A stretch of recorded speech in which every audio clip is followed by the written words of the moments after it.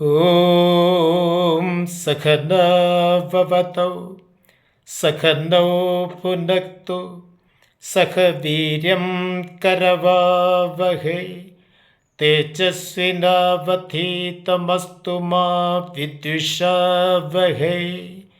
ഓം ശാന്തി ശാന്തി ശാന്തി.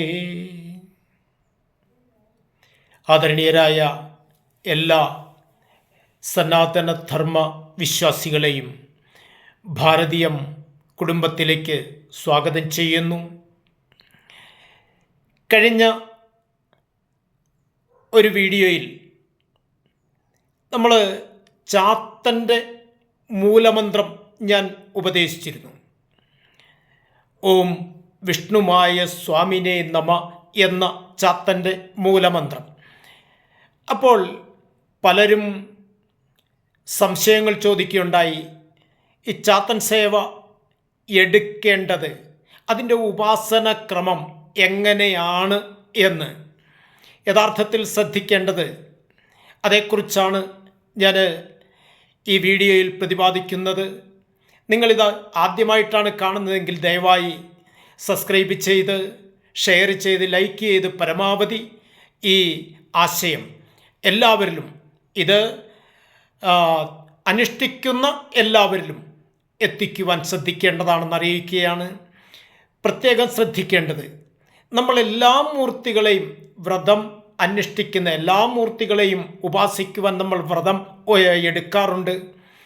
അപ്പോൾ ഏറ്റവും പ്രധാനം, വ്രതത്തിൻ്റെ അടിസ്ഥാനം യഥാർത്ഥത്തിൽ എന്താണ്? നമ്മുടെ മനസ്സിൻ്റെ ശുദ്ധിയാണ് പരമപ്രധാനം. അപ്പോൾ പഞ്ചശുദ്ധിയെക്കുറിച്ച് ഞാൻ പറഞ്ഞിരുന്നു. ശരീരശുദ്ധി, അതുപോലെ വസ്ത്രശുദ്ധി, മനഃശുദ്ധി, വാക്കുശുദ്ധി, ഇന്ദ്രിയശുദ്ധി. ഈ പഞ്ചശുദ്ധികൾ ആചരിക്കണം. അതുപോലെ അത് ക്ഷേത്രദർശനത്തിൽ അത്യന്താപേക്ഷിതമാണ്. പ്രത്യേകിച്ച് ക്ഷേത്രത്തിലെ പൂജാരിമാർ പഞ്ചശുദ്ധി മാത്രമല്ല, അവർ സപ്തശുദ്ധിയാണ് ആചരിക്കുവാൻ അവർക്ക് പറഞ്ഞിട്ടുള്ളത്. ഞാൻ മുമ്പ് പറഞ്ഞ പഞ്ചശുദ്ധിക്ക് പുറമേ അവിടെ പഞ്ചഗവ്യശുദ്ധിയും അതുപോലെ പുണ്യാഹശുദ്ധിയും അവർ അനുഷ്ഠിച്ച് സപ്തശുദ്ധി ആചരിച്ച് മാത്രമേ ക്ഷേത്രത്തിൽ പൂജയ്ക്ക് കയറാവൂ എന്നാണ്. അപ്പോൾ പലപ്പോഴും ആധുനിക കാലഘട്ടത്തിൽ അതൊന്നും നടക്കാറില്ല. എങ്കിലും ഞാൻ സൂചിപ്പിച്ചു എന്ന് മാത്രം. നമ്മൾ ഈ ചാത്തനെ അഥവാ വിഷ്ണു മായയെ ഉപാസിക്കുമ്പോൾ രാവിലെ പരമാവധി 3:30 വെളുപ്പിന്, അതായത് ബ്രഹ്മയാമം ആരംഭിക്കുന്ന സമയത്ത് ഉണർന്ന്, അതുപോലെ കുളിയും മറ്റ് ദിനകർമാദികളെല്ലാം കഴിഞ്ഞാൽ സന്ധ്യാവന്ദനം ചെയ്യാൻ അറിയാവുന്നവരാണെങ്കിൽ സന്ധ്യാവന്ദനം ചെയ്യാം, കുഴപ്പമില്ല. ആ സന്ധ്യാവന്ദനത്തിന് ശേഷം നിലവിളക്കിന് മുമ്പിലിരുന്ന്, പ്രത്യേകം ശ്രദ്ധിക്കേണ്ടത്, ഈ വ്രതം അനുഷ്ഠിക്കുന്ന സമയത്ത് മത്സ്യമാംസാദികൾ പൂർണ്ണമായും വർജിക്കണം. അതുപോലെ നമ്മൾ നിലവിളക്കിന് മുൻപിൽ ഒന്നുകിൽ പത്മാസനത്തിൽ, അല്ലെങ്കിൽ സുഖാസനത്തിൽ, അതുമല്ലെങ്കിൽ വജ്രാസനത്തിൽ ഇരുന്നു കൊണ്ട് നിലവിളക്കിന് മുമ്പിൽ ഇരുന്ന് ഞാൻ മുമ്പ് സൂചിപ്പിച്ച ഈ മന്ത്രം നിത്യേന 1008 ഒരു വീതം ജപിക്കേണ്ടതാണ്.